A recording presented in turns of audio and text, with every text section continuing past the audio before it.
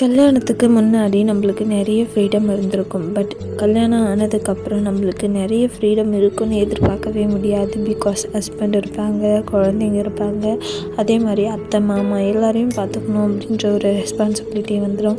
So அவங்கள பார்த்துட்டு நம்மளுக்கு வீட்டு வேலைகளை செஞ்சுட்டு அதே நம்மளுக்கு ஃபுல்லாக அந்த டே ஃபுல்லாக நம்மளுக்கு ஓட்டுறதே தெரியாது. அதுக்கப்புறம் குழந்தைங்க பெரியவங்களாகி அவங்கள ஸ்கூலுக்கு அனுப்புறது, ஹஸ்பண்டை ஆஃபீஸ்க்கு அனுப்புறது, இதே நம்மளுக்கு பெரும் பாடாக இருக்கும். கல்யாணத்துக்கு முன்னாடி நம்ம எந்த ரெஸ்பான்சிபிலிட்டியுமே இல்லாத இருப்போம். ஆனால் கல்யாணம் ஆனதுக்கப்புறம் எல்லா ரெஸ்பான்சிபிலிட்டியும் நம்ம தலைமையிலே விழும். நீங்கள் இந்த மாதிரி ஃபீல் பண்ணியிருக்கீங்களான்னு மறக்காமல் கமெண்ட்டில் சொல்லுங்கள். நான் நிறைய டைம் ஃபீல் பண்ணியிருக்கேன். நைட் டின்னருக்கு அப்படியே கோதுமை சேமியா இருந்தது. ஸோ அதையே செஞ்சு சாப்பிட்டுக்கிட்டோம். இந்த பனி சீசன் மாறதுனால நிறைய பேருக்கு உடம்பு சரியில்லாமல் போகுது. எனக்குமே ஒரு 3 days உடம்பு முடியலைங்க. அதனால தான் இன்ஃபார்மும் பண்ண முடியும்.